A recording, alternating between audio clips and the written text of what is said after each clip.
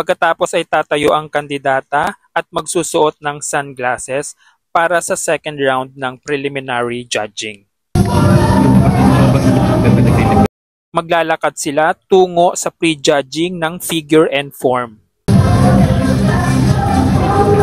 Dito naman sa kabilang sides ay merong ibang sets ng judges para i-judge ang mga kandidata sa kanilang figure and form.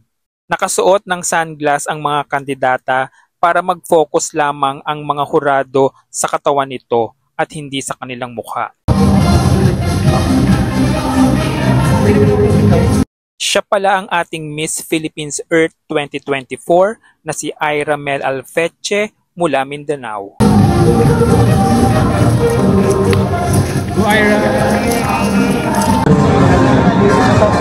So tapos na guys ang preliminaries ng Miss Earth 2024 dito sa Diamond Hotel.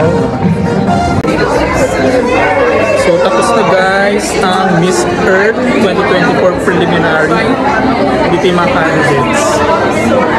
So ito na yung mga naging kaganapan pagkatapos ng preliminary judging dito sa labas ng ballroom ng Diamond Hotel. Nakisalamuha na ang mga delegates sa mga fans. Siyempre, hindi ko papalampasin na makausap ang ating pambato, si Ira Mel Alfeche. Gwapa man ka. Uy, talaga siyempre. Mga gwapa-gwapa dun. So, kumusta ang preliminaries, Ira? Enjoy. Super enjoy. And then, one of my candidates asked me if makulbaan mo daw gihapon ko. They asked me if am I nervous? I just say that I'm happy with my performance and at least hindi obvious na my feet are shaking. Okay. May nakita kaming candidates para naiingin. Good luck, Ira. Thank you so much for supporting. And I hope all of my Filipino fans and all the people who supported me continue to support me all throughout this journey up until November 9.